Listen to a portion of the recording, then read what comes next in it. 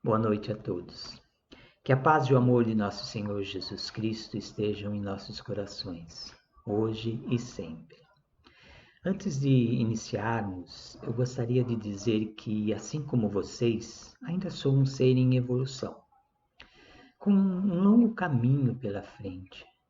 Dizer que estamos aprendendo juntos um pouco a cada dia. E por isso a intenção de expor determinado assunto não é ensinar nada, mas sim tentar tocar o coração de vocês de forma a ajudá-los a refletirem e desejarem se aprofundar mais sobre o assunto. Este ano nós começamos uma nova experiência para definir a escolha do tema das nossas palestras. Partindo da leitura de um livro, nós esperamos ser intuídos, sermos inspirados pela espiritualidade fraterna sobre qual assunto deve ser abordado. Foi mais ou menos assim que eu entendi a proposta sobre essa nova dinâmica. Eu iniciei a leitura do livro Seara da Fé, de Chico Xavier, psicografada por Chico Xavier, de Espíritos Diversos. E já em seu prefácio eu encontrei um alerta sobre as páginas de encorajamento, páginas de alegria, de paz e de amor que iriam conter na leitura. E conforme eu avançava nessa leitura, eu sentia a necessidade de falar mais uma vez sobre a caridade, um tema que já foi abordado por mim. Por isso mesmo ainda não estava convencido se seria esse o assunto inspirado para que eu falasse. Mas nesse mesmo momento, na sala ao lado de onde eu me encontrava, minha esposa, como alguns sabem é o meu tudo de bom, ela ouvia uma radionovela que no início daquele capítulo falava sobre a vingança. Falava em como quem a ela se entrega demonstra o indício do seu atraso evolutivo, uma vez que vingar-se é para nós o contrário da prescrição de Cristo, que nos disse para perdoarmos os nossos inimigos. Falava lá também como de fato é pesaroso quando nós vemos que as mãos que apertaram as nossas, que caminharam conosco, se recusam a fazê-lo novamente, em especial quando se trata de amigos mais próximos ou parentes que seguem na convivência familiar.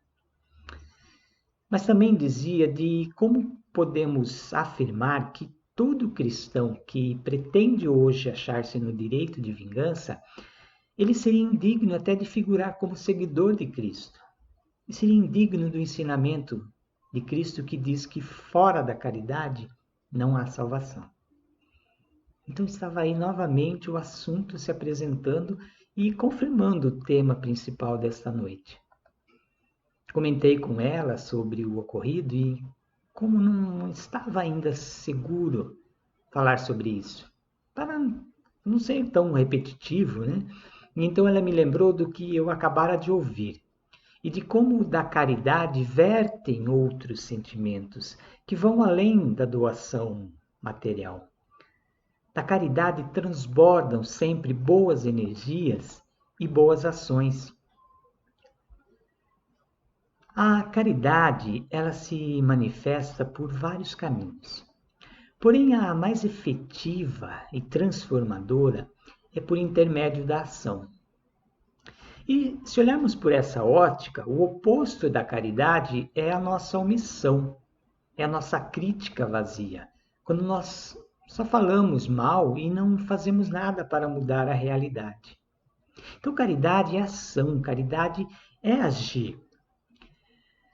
Na questão 886 do Livro dos Espíritos, temos a pergunta de qual é o verdadeiro sentido da palavra caridade, como a entendia Jesus. Primeiramente, cabe aqui para nós observar que Kardec indaga aos espíritos sobre o verdadeiro sentido da palavra caridade para Jesus. Não no sentido da caridade para mim, para ele ou para qualquer um de vocês. Somente o sentido da palavra para Jesus, né? E a resposta que ele obtém é que a caridade é a benevolência para com todos, é a indulgência para as imperfeições dos outros e é o perdão das ofensas. O amor e a caridade são o cumprimento da lei de justiça, porque amar ao próximo é fazer-lhe todo o bem possível, fazer-lhe todo o bem, aquele bem que desejaríamos que fosse feito para nós. Tal é o sentido das palavras de Jesus: amai-vos uns aos outros como irmãos, como eu vos amei. Esse é o sentido das palavras de Jesus. A caridade, segundo Jesus, ela não se restringe à esmola, mas ela abrange todas as relações com os nossos semelhantes. Quer se trate de nossos inferiores, de nossos iguais ou superiores. A caridade nos pede sermos indulgentes, sermos misericordiosos, porque temos a necessidade de perdoar. E ela nos proíbe de humilhar o infortúnio, ao contrário do que comumente se pratica. Se um rico nos procura, atendemos com excesso de consideração e atenção. Mas se é um pobre, parece que não devemos nos incomodar tanto com ele. Entretanto, quanto mais a sua posição é lastimável, mais nós devemos temer aumentar-lhe a desgraça pela humilhação. O homem verdadeiramente bom, ele procura elevar o inferior aos seus próprios olhos, diminuindo assim a distância que existe entre ambos. Com essa definição, nós concluímos que não basta só fazermos doações.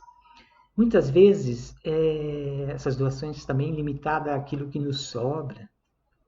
Mas sim que da caridade deve transbordar o amor ao próximo, através de muitas ações como o perdão, como a verdade, a paciência, como a afetividade, o respeito, a humildade, a compaixão, a compreensão, a generosidade, entre tantos outros sentimentos e tantas outras ações.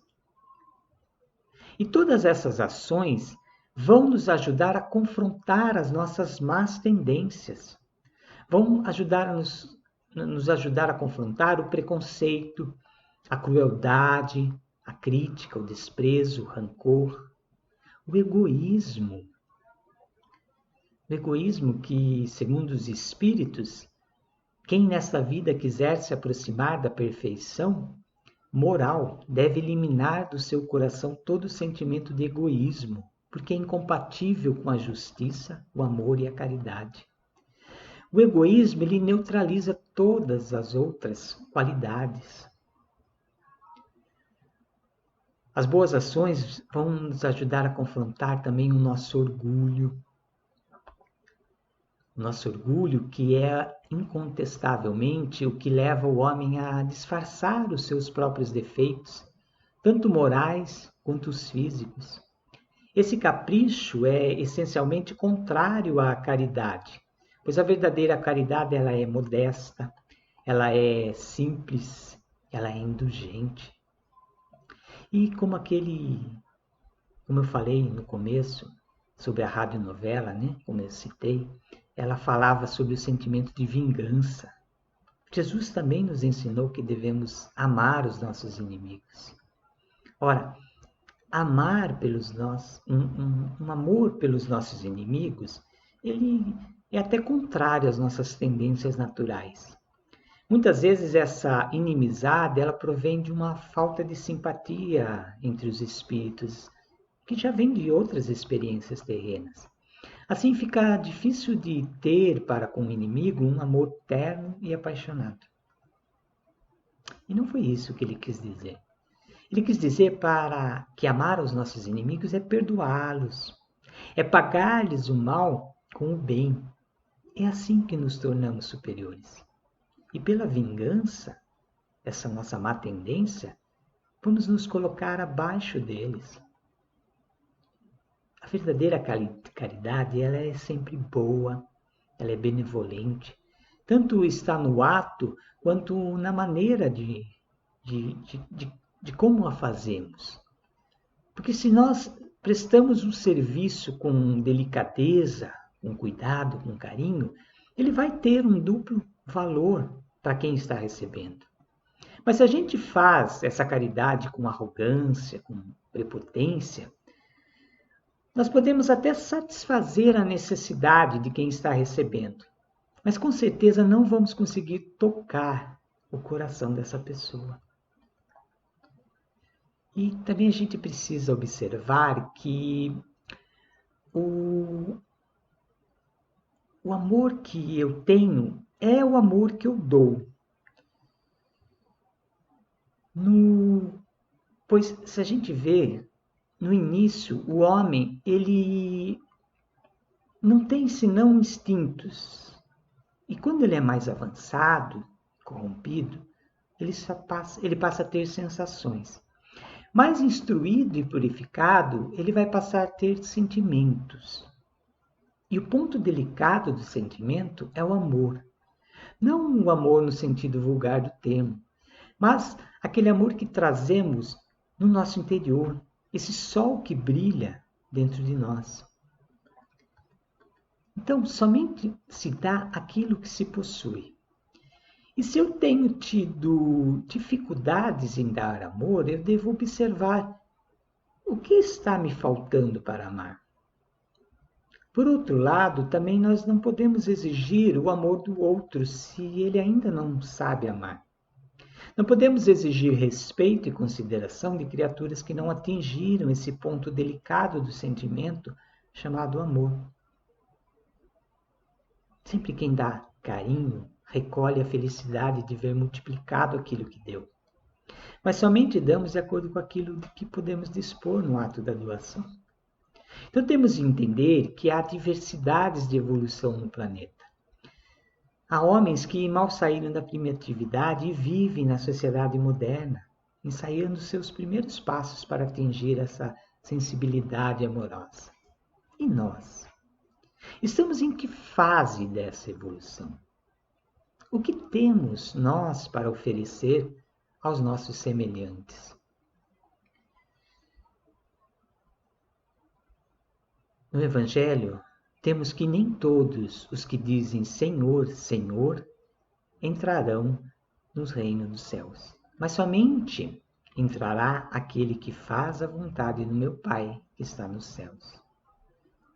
Nós temos conseguido traduzir as nossas palavras em ações? Ou temos simplesmente jogado as nossas palavras ao vento, inócuas para aqueles que realmente sofrem e necessitam do nosso auxílio? A caridade é algo tão fácil de praticarmos, pois existem diversos tipos de caridade para praticar no nosso dia a dia, diversas maneiras de ajudar o próximo. Eu trouxe algumas que, com certeza, podemos adaptar no cotidiano nosso. Cada um pode usar da forma que melhor encaixe no seu dia a dia. São essas as práticas que podemos fazer.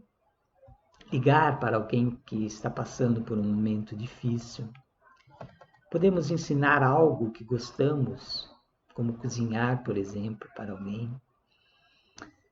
Nós podemos cantar ou tocar para crianças e idosos. Podemos ajudar na arrecadação, na produção e na distribuição de alimentos aos mais necessitados. Nós podemos ajudar no ensino de matérias básicas para crianças e adolescentes que estão com dificuldades. Nós podemos fazer compras para alguém que não pode sair de casa, principalmente nesse momento de pandemia. Nós podemos ajudar na evangelização de crianças e de jovens. Nós podemos enviar mensagens e apoio para as pessoas em dificuldade. Podemos criar e distribuir currículos, compartilhar conhecimentos da nossa profissão com quem está procurando um emprego. Nós podemos também contribuir para um projeto de assistência a pessoas mais necessitadas, como órfãos, povos marginalizados. Nós podemos respeitar e defender todas as formas de diferença. Podemos ser gentil no nosso dia a dia, com um bom dia, uma palavra amiga, um sorriso. Nós podemos ouvir atentamente quem está próximo a nós. Podemos combater atitudes ruins como os preconceitos, a disseminação de informações falsas, hoje em dia tão em alta, né? Infelizmente, e tantas outras atitudes ruins que nós podemos combater. Nós podemos interceder junto a Deus pelos nossos irmãos, orar por eles, para eles, elogiar as características que admiramos das pessoas ao nosso redor, dar um abraço caloroso e sincero, embora ainda não seja aconselhável, mas podemos muito em breve poder dar esse abraço caloroso e sincero. Podemos encorajar as pessoas, dando suporte para que elas também alcancem os seus objetivos. E também nós podemos agradecer cada pequeno gesto que também fazem por nós.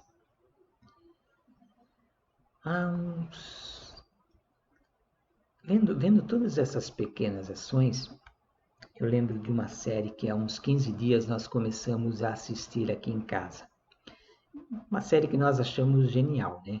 Eu não vou citar o nome de qual série é essa para não dar spoiler, né? Mas quem assistiu com certeza vai reconhecer. Nessa série, o protagonista, ele perde todo o interesse na vida após a morte da sua esposa. E diante disso, né, diante da morte da esposa, ele não se importava mais se ele ia magoar as pessoas, destratá-las, humilhá-las, né? Ele não se importava mais com a vida, com o que as pessoas pensavam sobre ele, o que as pessoas podiam fazer para ele, nada mais importava para ele. Ele achava que todas as pessoas eram pessoas tolas, sem sentido, né? Que não mereciam nenhuma atenção. E ele passou a viver, então, assim, por viver, né? Ele passou a viver esperando a morte, né? Esperando que a morte o alcançasse, né? Já que, embora ele desejasse, ele não tinha coragem de abreviar a sua vida. Mas aí, com o passar do tempo, ele começa a perceber que nem todas as pessoas são, como ele dizia, pessoas babacas, né? Ele falava que todas as pessoas eram assim. E ele começa a perceber que nem todas elas são assim, né? Ele começa a perceber que os outros também têm as suas lutas diárias, os seus problemas, as suas dificuldades, e que muitas vezes essas dificuldades eram bem maiores que as suas. E ele então começa a entender que pequenos gestos da sua parte, uma palavra, uma ajuda financeira, uma amizade, um abraço, pequenos gestos melhoram a vida dessas pessoas.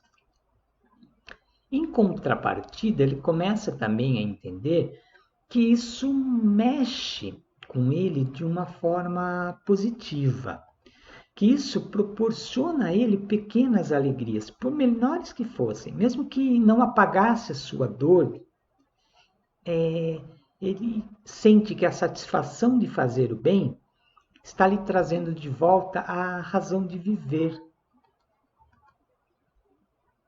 Começa a perceber que a vida não é em vão. E a caridade, ela é assim. Ela transforma vidas. É algo que todos nós precisamos e todos nós podemos oferecer. Assim, a caridade também ela nos faz pensar em algo muito maior. Nos faz pensar em qual é o nosso papel no mundo. A descoberta de uma missão de vida, ela nasce do descontentamento com a nossa própria realidade e do desejo ardente de fazermos algo a mais pelo mundo em que vivemos. É o que nos satisfaz e nos preenche enquanto seres humanos. é encontrar aquilo que preenche o nosso ser e nos inspira a sermos melhores a cada dia. Quando descobrimos o que faz pulsar mais forte o nosso coração, nós fazemos disso um projeto de vida. Ou seja, nós transformamos o desejo em ação, para que a missão se concretize. Podemos até compreender, assim, que a missão de vida ela é uma descoberta que vai partir dos nossos anseios pessoais, aliado a alguma necessidade que vai se apresentar em nosso caminho. Eu estou trazendo aqui um trecho base de um texto vocacional que eu achei muito interessante e muito verdadeiro. Ele diz que quem assume um compromisso de amor, lutando em prol de alguma causa justa, será farol de esperança na vida das pessoas, encontrando a sua essência, e essa é a verdadeira felicidade. Amar é a razão da nossa vida. É mais que sentimento ou emoções. Amar é compromisso, é decisão, é movimento livre e desinteressado na direção dos outros. É contemplar o mundo que nos cerca, guardar no coração, meditar sobre ele e agir de forma consciente e determinada na sua transformação. O texto ele nos fala de encontrarmos a verdadeira felicidade. E um dos grandes filósofos da nossa história já afirmou serem 3 os pré-requisitos para alcançarmos a felicidade, que é a consciência reta, a vida correta e o coração de paz. Isso significa que a nossa rota para a felicidade plena, ela passa pela nossa evolução moral, pela prática da caridade e pela prática do amor verdadeiro ao nosso semelhante. E também devemos ter em tudo um brilho, um equilíbrio, porque se tivermos equilíbrio, asseguraremos em toda parte e em qualquer tempo a presença de caridade e paciência em nós mesmos. As 2 guardiãs capazes de garantir-nos o trajeto seguro e a chegada feliz. E a caridade, em cada gesto e em cada frase, acende o clarão de uma bênção. Será talvez por isso que a sabedoria divina ergueu o cérebro acima do tronco, como um farol de luz, como a dizer-nos que ninguém deve agir sem pensar, mas entre a cabeça que reflete e as mãos que auxiliam, foi situado o coração, por estrela de amor, brilhando no meio. Então, entre a nossa cabeça, que pensa, que é o farol de luz, e que fazem as nossas mãos agirem, existe o nosso coração, que está lá brilhando, brilhando de amor, brilhando de bons sentimentos, vibrando com boas energias para o nosso semelhante.